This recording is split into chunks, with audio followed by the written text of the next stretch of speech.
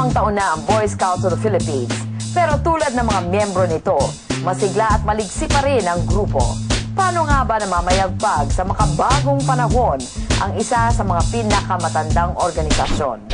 Ito ang natuklasan ni Robert Alejandro sa Approach.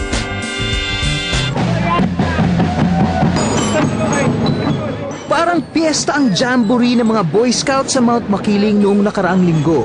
Inulan man at naging maputik ang 5 araw na jamboree, punong-puno pa rin ng sigla ang mga Boy Scout na nanggaling pa sa iba't ibang sulok ng bansa. Nakita namin yung lugar na to, ang dami-daming bata. Lahat sila maputik, tapos wala silang suot na sapatos, pero mukhang ang saya-saya nila. Kahit basang-basa. Kasabay ng 14th National Jamboree ng Boy Scouts of the Philippines ang selebrasyon ng kanilang ika-75 anibersaryo. Sentenaryo naman ng organisasyon sa buong mundo. Kawili-wili ang itinakdang mga gawain sa Jamboree. Nariyan ang mga karaniwang module tulad ng first aid, arts and crafts at survival guides. Naengganyo akong subukan kasama ng mga batang Boy Scout ang iba pang mas mahihirap na gawain tulad ng rappelling at obstacle course. Yeah! Woo! Finished. Ang hirap naman maging Boy Scout.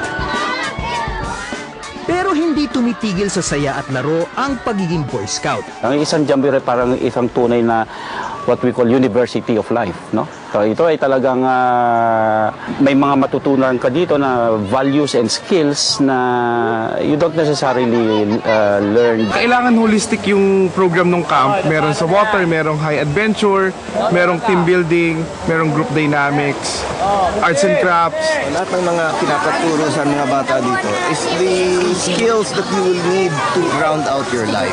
Life skills, you know, from having to learn how to tie knots, which is traditional, to something more non-traditional, especially helping in community development, environmental concerns. Maraming mga natuturo sa mga bata na today na importante and relevant in today's world. Matandang organisasyon na ang Boy Scouts pero hindi raw ito magpapahuli sa takbo ng panahon. Sumabay na rin sa information technology ang BSP. Di ba ang tagal-tagal na ng scouting pero maraming bagong nangyayari kagaya nito? Yes, ito yung jamboree on the internet na tinatawag natin. 2 days ago, meron tayong special jamboree on the internet wherein yung mga scouts na nasa Pilipinas, they can talk to other scouts all around the globe using internet and YM. Makabagong kaisipan rin ang nagtulak sa maluwag na pagtanggap ng BSP sa mga babae o mga roverettes sa kanilang mga pagtitipon. Girl ka naman at Boy Scouting to. Ba't hindi ka sumali sa Girl Scouting? Sige nga. Gusto ko pong gusto ko rin pong maranasan yung nararanasan ng Boy Scout. Bakit? Para po mapatunayan ko na kaya ko rin po yung lahat po na kayang gawin ng boys. They want to prove that they could also do what boys, the things that boys do. So, as I've said, that says a lot about the universality of scouting. It's not gender specific. Bugaw! Buga!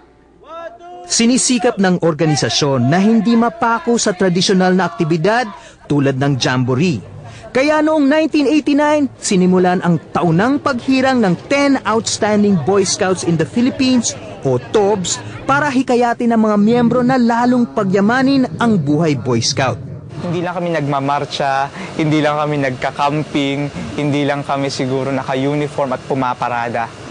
May isa pang bagay na, kumbaga, naghihiwalay o kaya ay matatawag nating talagang siya yung nagbibigay ng saysay din sa pagiging outstanding scout. Yun yung community service. So mahalaga sa amin na yung isang outstanding scout ay nakagawa ng serbisyo o paglilingkod para sa komunidad. Bukod sa karaniwang mga proyektong pangkomunidad, nakikialam na rin ang Boy Scout sa mga napapanahong isyong pampolitika. Yung evolution should also respond to the needs of the times.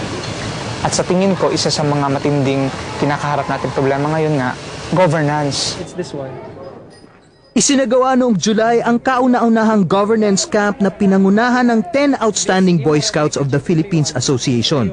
Dito tinalakay at pinag-aralan ng mga Boy Scouts ang pamamahala at mga isyong kinakaharap ng bansa. For 7 days nabingi kami sa salitang corruption. Paulit-ulit na lang araw-araw. Yeah.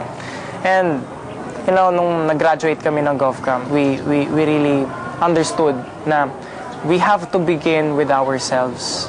Kasi kung hindi natin babaguhin ang sarili natin, we can't see the change in the world. Isa sa mga malalaking problema natin dito sa Pilipinas ay yung corruption, di ba sir? So, yung binigbigay po ng scouting na integrity, trustworthiness, and also loyalty to country, ito po ay napakaganda para sa mga kabataan ngayon. It is really a big deal na magkaroon tayo ng mga leaders ngayon na, as in, they have all the principles of scouting. Kung pwede nga lahat ng tao, scouts eh. Maraming salamat. We shake with the left. Correct. Dahil it's closer to the heart. Yeah. Closer to the heart. Old school man kung ituring, hindi pa rin nalalaos ang mga prinsipyong itinuturo ng BSP sa kabataan. I think sa mga iba-ibang activities na to, ang namomold sa kanila is the value of service. Pag tanong mo ang bawat kahit sinong scout, pagka lumaki na siya, na-internalize niya na ang values at saka principles of scouting, he will say that a scout is a man for others. Ang scout ay mapagkakatiwalaan, matapat, matulungin, mapagkaibigan, magalang, mabait, masunurin, masaya, matipid,